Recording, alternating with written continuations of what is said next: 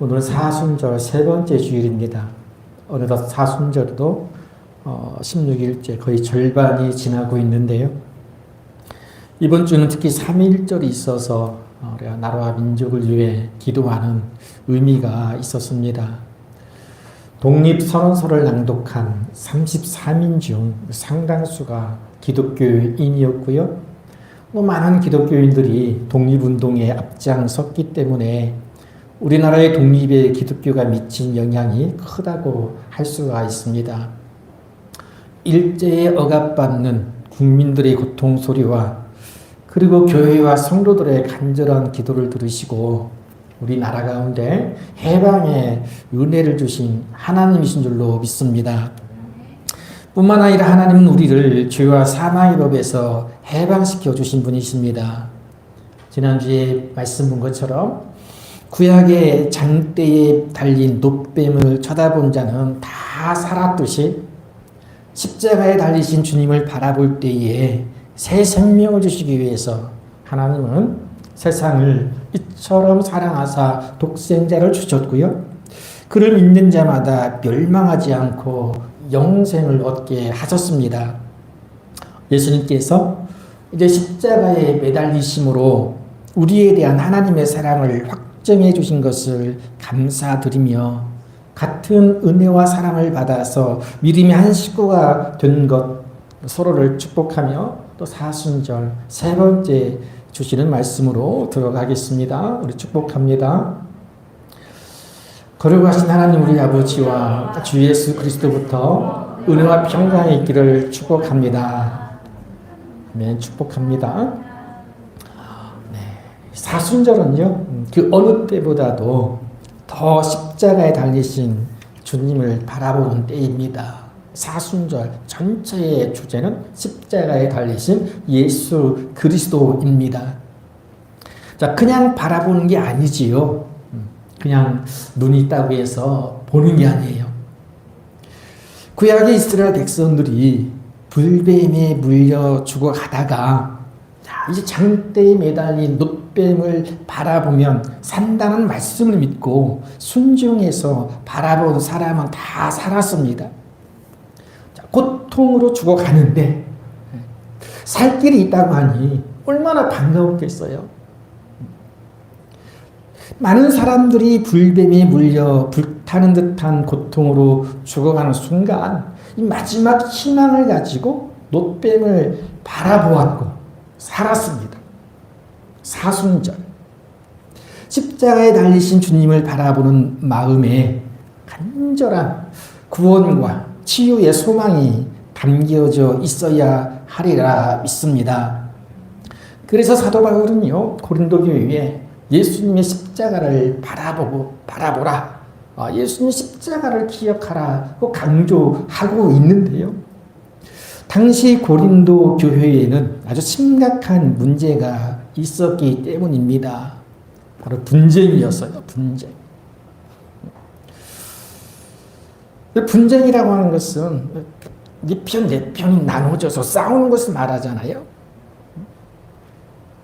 이 고린도 교회에는 당시에 분쟁 이외에도 우상 숭배나 음행 등 여러 가지 문제가 있었지만 첫 번째가 분쟁이었다 하는 것입니다. 12절에 보니까 나는 바울에게, 나는 아볼로에게, 나는 게바에게, 나는 그리스도에게 속한 자 라고 이렇게 말씀하죠.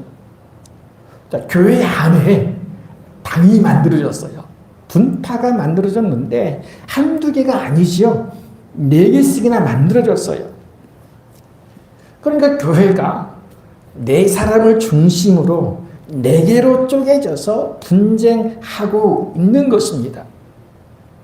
그러니 십자가 복음은 사라지고 사람의 생각과 사람의 모임과 사람의 말만 가득한 시끄러운 교회가 된 것이지요. 물론 고린도 교회가 처음부터 이런 것은 아니었습니다. 여러분 이 고린도 교회는요 주 50년경에 사도 바울이 제2차 전도 여행 중에 이제 고린도에 가서 1년 6개월 동안 있으면서 개척하고 세운 교회예요. 고린도 교회가 왜 이런 여러 가지 문제로 가득 찰 수밖에 없었는지는 당시 이 고린도라는 한 도시가 어떤 도시였는가를 보면 알 수가 있어요. 짐작해 볼 수가 있는데요. 이 고린도는요, 지중해 연안 국가들의 해상 교통, 무역의 중심지, 항구 도시였어요. 그래서 경제적으로 굉장히 부유한 도시였어요. 한창 때는요, 무려 2만 명을 수용할 수 있는 야외 극장이 있었어요. 그리고 항구 도시의 특성상 온갖 문화와 다양한 종교들의 집합 장소이기도 했다는 거예요. 다 몰려든 거예요. 그리고 인간의 지혜를 탐구하는 철학이나 수사학이 발달했기 때문에 또 막 여기저기서 많은 학자들이 몰려들었어요. 헬라 철학의 중심지가 되었어요. 인간의 지혜, 지식을 탐구하는 학문이죠. 인본주의적 사고방식이 차고 넘치죠. 뿐만 아니라 여러 가지 종교들이 들어오면서 혼합주의적인 종교들이 나타나고 수많은 우상들로 가득 찬 우상의 도시였어요. 아주 대표적인 우상의 도시가 고린도였습니다. 여러분, 우상이나 이단들이 득세를 하게 되면 반드시 거기에는요, 성적인 타락과 문란이라는 아주 나쁜 열매를 맺게 되는데요. 특히 고린도에는 사랑의 여신 아프로디테 신전이 있었다고 해요. 그래서 1000년이 넘는 신전 여사제들을 통해서 온갖 음행의 장소가 되었다는 거예요. 이런 곳에 이제 사도 바울이 교회를 세운 거죠. 그러니까 교회로 부유했고요. 그리고 혼합주의 영향으로 많은 교인들이 생겨서 바울이 개척한 교회 중 가장 큰 교회였어요. 자칭 난다, 긴다 하는 사람들, 그리고 지혜로운 사람들, 그리고 부유한 사람들로 이루어진 교회였고요. 그래서 세상의 타락한 문화나 우상 숭배, 음행 등 온갖 악한 것들이 언제든지 교회로 들어올 수 있는 그런 상황이었어요. 완전 노출되었다는 거죠. 그러니까 바울이 있을 때는 그나마 이제 괜찮았는데 문제는 바울이 떠나고 난 후에 생기기 시작하는 건데요. 12절에 아까 말씀한 것처럼 아볼로파, 그죠? 그다음에 바울파, 게바파, 그리스도파로 나누어지고, 바울파는 말 그대로 교회를 개척한 바울을 따르는 무리들이죠. 한 파가 생기고, 아볼로파는 이제 바울이 떠난 후에 후임자로 이 유대의 학자 출신 아볼로가 왔는데 그 아볼로를 중심으로 이제 한 파가 만들어진 것이고, 바울은 좀 언변이 약하니까 좀 아니다. 우리 아볼로가 똑똑한 사람이니까, 유식한 사람이니까 우리는 아볼로를 추종한다. 뭐 이렇게 된 거겠죠. 그리고 개바파는 그리스도 베드로잖아요. 아니다. 바울이나 아볼로보다 베드로가 진짜 사도이다. 우리는 베드로를 따른다 하는 사람들의 파였고요. 그리스도파, 우리는 사람을 따르는 것이 아니라 예수 그리스도에게 속한 자라고 주장하는 파예요. 이것도 마찬가지로 사람 중심으로 모인 하나의 분파예요. 여러분, 이런 교회의 분열은요, 초기 기독교 역사에서 처음 일어난 일인데요. 지금 한국 교회와 비슷한 면이 있잖아요. 우리 한국 교회도 보면 예수교 장로회, 기독교 장로회로 나누어져 있고, 또 그 이름 아래로 수많은 분파들이 있습니다. 어느 외국 학자가 우리나라에 와서 이런 모습들을 보고요, 한국은 예수와 그리스도가 싸운다라고 비판했다고 해요. 그러니까 이런 모습들은 가히 좋은 모습은 아니지요. 좀 한국 교회가 회개해야 할 부끄러운 모습인 것이 맞습니다. 바울은 이런 고린도 교회가 이렇게 네 분파로 나누어져서 시끄럽다는 소식을 듣고요, 개척한 목회자로서 책임감이 있잖아요. 그래서 서신을 보낸 것이 고린도전서라고 하는 말씀이에요. 1절부터 쭉 보면 일단은 문안 인사를 하고요. 그리고 고린도 교회가 하나님의 은혜로 언변과 지식이 풍족하고, 그렇죠? 헬라 철학, 수사학의 영향을 받은 거죠. 그리고 그리스도에 대한 증거로 견고하게 되고 부족함이 없는 은사로 예수님의 재림을 기다리고 있는 것에 대해 감사하죠. 그리고 세상 가운데서 불러주심으로 그리스도 예수와 교제하신 것을 하나님을 찬양합니다. 그리고 이제 10절에 보니까 진짜 하고 싶은 말을 하는 거예요. 자, 뭐라 하는지 한번 들어볼까요? 같이요. 형제들아, 내가 우리 주 예수 그리스도 이름으로 너희를 권하노니 모두가 같은 말을 하고 너희 가운데 분쟁이 없이 같은 마음과 같은 뜻으로 온전히 합하라. 네, 이게 고린도 교회 주신 말씀이에요. 권면의 말씀이죠. 사랑하는 성도 여러분, 분쟁이 없이 하나의 믿음으로 온전히 하나가 되는 것이 교회의 참된 모습인 줄로 믿습니다. 그래서 에베소서 4장에 보면 사도 바울이 이렇게 말해요. 몸이 하나이다. 그리고 성령도 한 분이고 주님도 한 분이고 믿음도 하나이고 하나님도 한 분이니 교회도 한 소망 안에서 부르심을 받은 것이라고 하면서 4장 3절에 평안에 미는 줄로 성령이 하나를 하신 것을 힘써 지키라고 말씀하지요. 언제까지나 분쟁과 다툼이 없이 마음과 뜻을 온전히 합하는 우리 혁신 동신교회가 되어야 할 줄로 믿습니다. 여러분, 고린도 교회가 이렇게 하나 되지 못하고요, 무려 4개로 나누어서 분쟁하는데 아마도 당시 발달한 철학이나 수사학이 교회에 들어온 것이 한몫한 듯합니다. 철학은 지혜와 지식을 탐구하는 학문이고요. 그리고 수사학은 말로 상대방을 설득하고 말로 자신들의 옳음을 주장하기 위해서 온갖 좋은 말들, 각종 미사오 등을 사용하는 것을 연구하는 학문이니까요.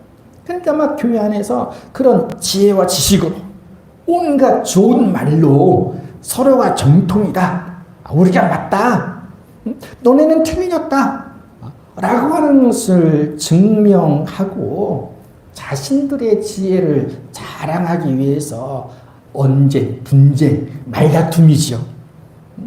그렇게 말다툼을 하고 있으니 교회가 얼마나 시끄러웠겠어요. 예를 들면 두 파로 나누어져서 싸우는 것도 뭐 말할 수 없이 시끄럽죠.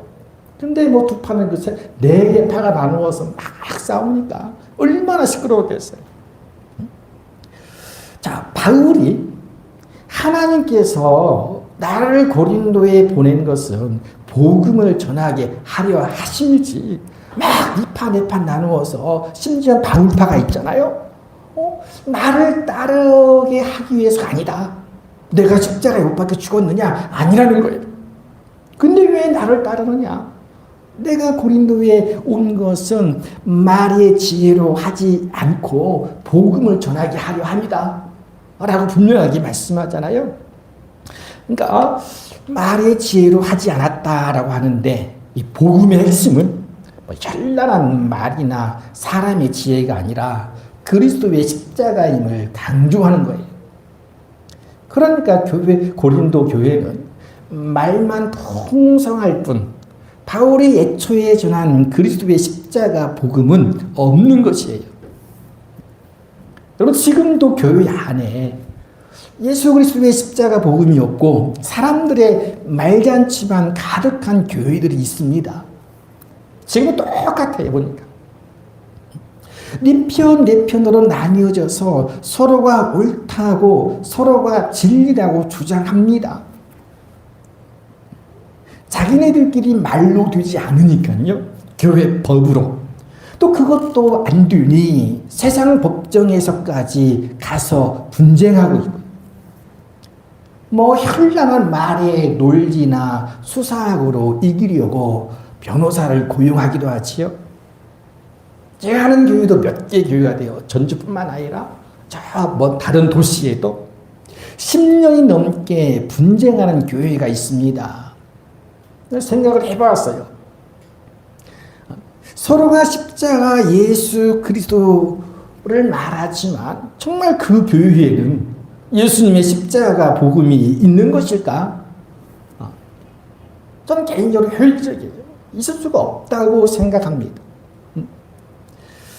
이런 말의 지혜로 그리스도의 십자가 복음을 헛되게 하는 어리석은 모습에 불과하지요. 우리가 사순절이 예수 그리스도의 십자가를 바라보는 때인데 교회 안에 화려한 말만 내뱉는 수사학이나 지혜를 논하는 철학이나 세상 학문이 들어와서 분파를 만들고 그리스도의 십자가 복음을 헛되게 한다면 사순절이 무슨 의미가 있겠어요? 아무런 의미가 없지요. 그래서 사도 바울은요, 이제 고린도 교회에 보내는 편지에서 그리스도께서 나를 보내신 것은 바울파를 만들어 나를 따르게 하고자 함이 아니라 오직 예수 그리스도의 십자가 복음을 전하게 하려 함이라고 말씀하는 거지. 여러분, 예수님의 십자가가 세상 사람들에게는 미련해 보일지라도 구원을 받는 우리에게는 하나님의 능력이라고 18절에서 말씀하고 있습니다. 예수님의 십자가 복음을 믿는 사람은요, 구원과 영생을 선물로 받지만 믿지 않는 사람에게는 예수님의 십자가는 그저 죄인이 사형당하는 끔찍한 사형틀에 불과하기 때문에 가장 미련한 것이 된다는 거예요. 그럼 당시 고린도가 헬라 철학의 도시답게 지혜 있는 자들이 있었고, 그리고 선비들이죠. 선비들. 여기서 말하는 선비는요, 율법에 능통한 율법 교사들을 의미해요. 이런 사람이 많았고요. 그리고 변사라고 하죠. 즉 학자나 변론가 등이 많이 있었어요.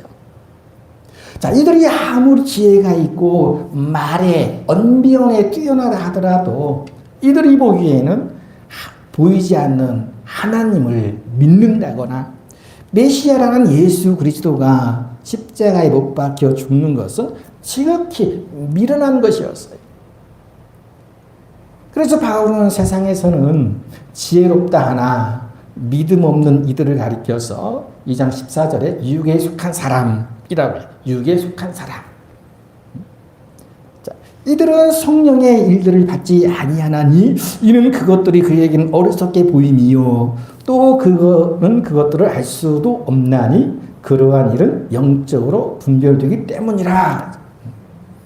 그리고 본문의 1장 21절에서는 이 세상이 자기 지혜로 하나님을 알지 못함으로 말씀하죠.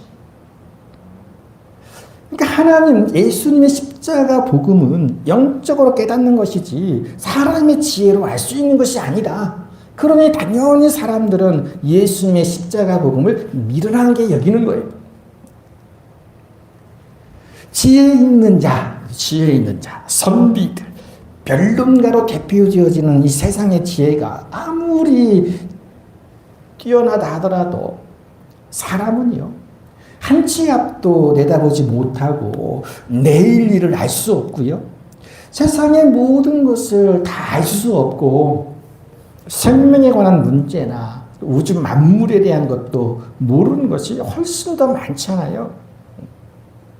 더군다나 하나님에 대해서 그리고 하나님의 섭리와 역사하심에 대해서는 두말할 나위 없이 모르는 거예요. 아무리 지혜가 많아도 지식이 많아도 알 수가 없는 거예요. 여러분, 하나님께서 죄인들을 구원하시기 위해서 예수 그리스도의 십자가 복음을 두시는 것도 도무지 알 수 없는 어리석은 인간에 불과한 것이지 자칫 지혜롭다는 사람들, 육에 속한 사람들의 극복할 수 없는 한계라고 하는 거예요. 자, 그럼에도 불구하고 구원받는 사람들이 예수 그리스도의 십자가 복음을 믿고 영생을 선물로 받는 것은 하나님의 능력인 줄로 믿습니다. 오로지 하나님의 능력이라는 거예요. 하나님의 은혜일지요.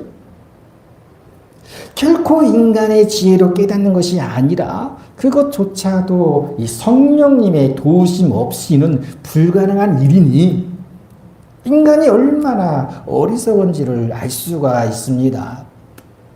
그래서 하나님은요, 도저히 인간의 지혜로는 하나님을 알 수 없기 때문에 전도라는 미련한 것으로 구원하시기를 기뻐하신다고 말씀하지요. 전도에 미련한 것으로 구원하시기를 기뻐하신다. 철학자나 또 선비나 변자들이 지혜나 수사학으로 깨닫지 못하고 설명하지 못하는 그리스도의 십자가 복음은 그들이 보기엔 분명히 미련한 것이지만 그 미련하다고 여기는 그것을 통해서 하나님은 구원하신 것, 바로 그것이 하나님의 지혜인 줄로 믿습니다. 지금도 세상 사람들은요, 표적을 구하죠. 지혜를 구하고 있어요. 지금도 많은 사람들은요, 자신의 인생 가운데 기적 같은 일이 일어나길 바라고 가난에서 벗어나고 인간의 희노애락이라는 굴레에서 벗어나고요, 성공과 출세라는 해방구를 찾고 있습니다. 좀 더 고상한 사람들은 도덕 윤리적으로 흠없는 성인 군자가 되는 길을 찾고 있고요. 그리고 좀 더 영적인 사람들은 자신만의 어떤 신념으로 구원의 길을 찾기 위한 지식이나 지혜를 목말라 하고 있습니다. 이런 세상 가운데서 우리가 전해야 할 것이 있다면 십자가에 못 박힌 그리스도인 줄로 믿으시길 바랍니다. 이런 십자가 복음이 어떤 사람에게는 거리낄 수도 있고 어떤 사람에게는 미련한 것이 될 수도 있겠지만 그럼에도 불구하고 십자가의 복음을 전해야 하는 것이 세상 사람이 볼 때 미련해 보이는 그 전도를 통해서 하나님이 죄인을 구원하시기를 기뻐하시기 때문입니다. 제가 이 말씀을 준비하고 묵상하면서 좀 많이 회개가 되더라고요. 세상 사람들에게 거리끼는 것이 되고 미련해 보인다는 것을 핑계 삼아 전도하지 않았고요. 길거리에서 전도지를 나눠준다고 해서 전도되는 때가 아니라고 말하는 것에 동의했었어요. 전도지를 만들 돈이 부족하다는 것을 핑계 삼아 아무것도 하지 않았었고요. 우리는 코로나를 핑계 삼았고 사람이 없으니 할 수 없다 라고 하는 생각을 가지고 있었어요. 그래서 생각해 보니까요, 전혀 반대더라고요. 생각해 보니 이것이 전도에 미련한 것으로 사람을 구원하시는 하나님의 지혜를 믿지 못하는 불신앙이었어요. 그래서 회개했습니다. 그리고 회개에 합당한 열매를 맺어야 하겠다 다짐을 했고요. 여러분, 십자가에 못 박힌 그리스도를 전해야 하는 마땅한 이유를 마음에 다시금 깊이 새기게 되었습니다. 여러분, 왜 전해야만 합니까? 되게 미련해 보입니다. 사람들이 이제 안 믿는다고 말하는 시대이잖아요. 자, 그럼에도 불구하고 전해야 되는데 왜입니까? 자, 십자가에 못 박힌 그리스도만이 인생 가운데서 일어날 수 있는 가장 큰 표적인 구원과 영생을 줄 수가 있고요. 인생을 가장 올바르고 가장 도덕적인 인간으로 가장 아름답고 복되게 이끌어줄 수 있는 하나님의 능력과 지혜가 되기 때문입니다. 여러분, 십자가에 못 박힌 그리스도만이 우리를 고통과 억울에서 벗어나게 하시는 해방구가 되시고 질병과 아픔을 치유하시고 회복하시는 능력이 되시니 부르심을 입은 우리 모두에게는 십자가에 못 박힌 그리스도만이 하나님의 능력이요 지혜인 줄로 믿습니다. 여러분, 사순절의 의미는 그런 것 같아요. 하나님의 능력이요 지혜가 되시는 그 십자가에 못 박힌 그리스도를 전하는 그 전도의 미련한 것으로 구원하시기를 기뻐하시는 그 하나님의 일에 동참하는 거예요. 저는 이것이 가장 사순절의 의미에 부합하다고 믿습니다. 여러분, 당을 만들고 분쟁하는 것은요, 사람이 주인 노릇하고 하찮은 인간의 지혜를 자랑하려는 교만일 뿐 아니라 예수님께서 십자가에 흘리신 핏값으로 사신 교회를 허무는 죄악입니다. 사람의 하찮은 지식과 지혜로 예수님의 십자가를 헛되게 하는 것은 우리에게 십자가 복음으로 구원과 영생을 주시는 하나님의 뜻이 아닌 줄로 믿습니다.